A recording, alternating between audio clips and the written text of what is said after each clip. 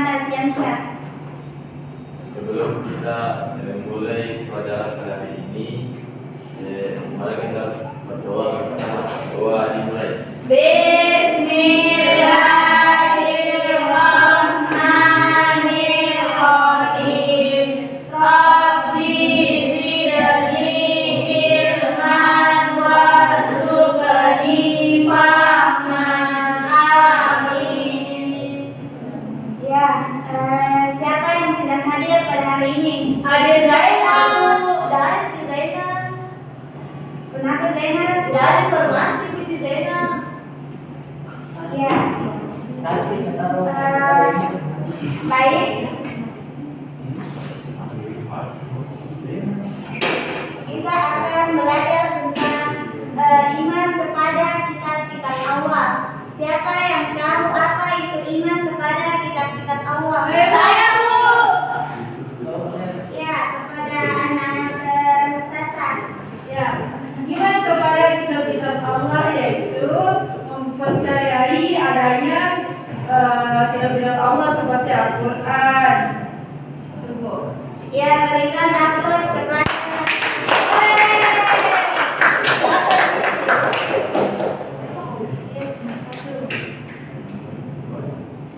ya, seperti yang dijelaskan tadi kepada Sasa, iman kepada kitab-kitab Allah adalah meyakini sepenuh hati bahwa Allah Subhanahu wa Ta'ala telah menurunkan kitab kepada nabi atau rasul yang berisi wahyu untuk disampaikan kepada seluruh umat manusia.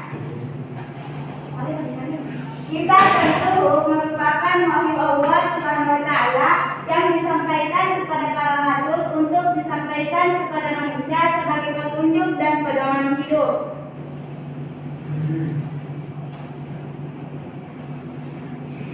Adapun nama kitab-kitab Allah dan para penerimanya.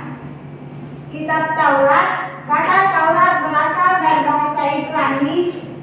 Kitab Taurat adalah salah satu kitab suci yang diwahyukan Allah Subhanahu wa Ta'ala kepada Nabi Musa alaihissalam untuk menjadi petunjuk dan bimbingan baginya dan bagi Bani Israel. Isi pokok kitab Taurat dikenal dengan 10 hukum atau 10 firman yang diterima Nabi Musa alaihissalam.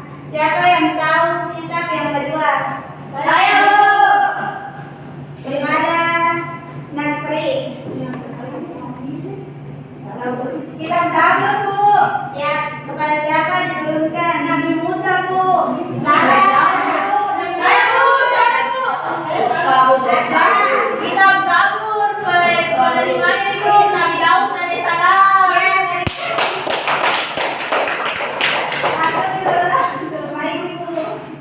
Ya, singkat Zabur bentuk jamaknya Zubur berasal dari Zabara yang menulis kabar, yang berarti menulis. Makna aslinya adalah kitab yang tertulis. Zabur dalam bahasa Arab dikenal dengan sebutan Mazmur, jamaknya Mazamir, dan dalam bahasa Ibrani disebut Mizmar, yaitu nyanyian rohani yang dianggap suci. Siapa yang tahu kitab yang percaya? Kita Injil, Bu. Kita bisa. Kepada siapa diturunkan? Nabi Isa alaihissalam. Betul. Kitab yang ketiga yaitu kitab Injil, yang dimana kitab Injil diwahyukan oleh Allah Subhanahu wa Ta'ala kepada Nabi Isa alaihissalam. Kitab Injil yang asli memuat keterangan-keterangan yang benar dan nyata, yaitu perintah-perintah Allah Subhanahu wa Ta'ala agar manusia memisahkan dan tidak menyekutukannya dengan suatu apapun. Kitab Injil diturunkan kepada Nabi Isa alaihissalam. Perhatikan materinya. Itu apa? Sebagai petunjuk dan cahaya penerang bagi manusia. Kitab Injil sebagaimana dijelaskan dalam Al-Quran.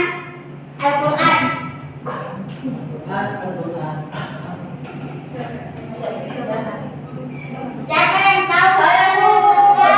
Saya, Bu. Al-Quran, Bu, yang diwahyukan kepada Nabi Muhammad SAW. ya, berikan aplaus kepada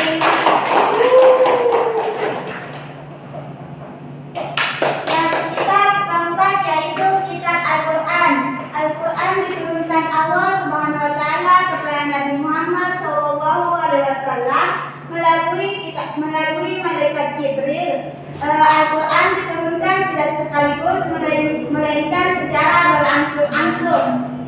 Waktu turun Al-Quran selama kurang lebih 23 tahun, atau tepatnya 22 tahun, 2 bulan, 22 hari.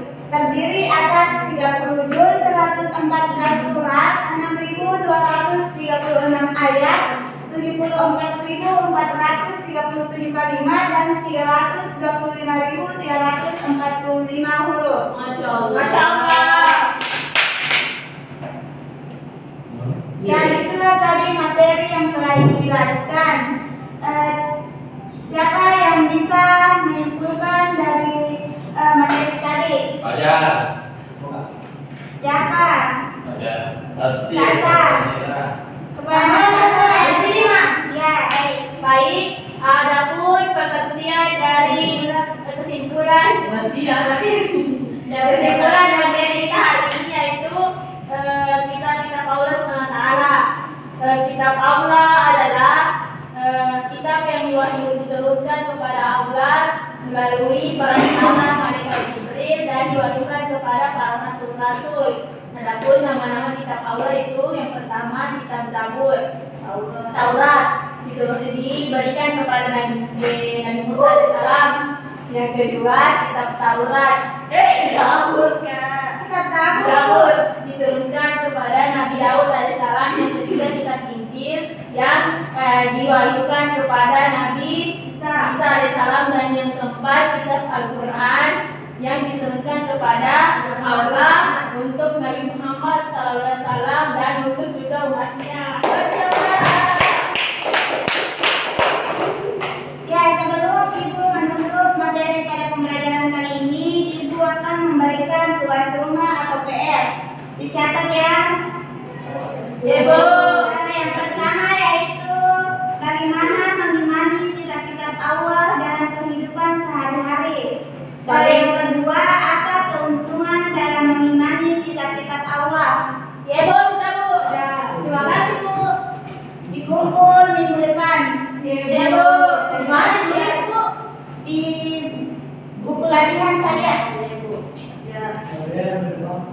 Ya, sebelum mengakhiri pembelajaran kali ini, sebaiknya kita membaca doa terlebih dahulu. Doa dimulai.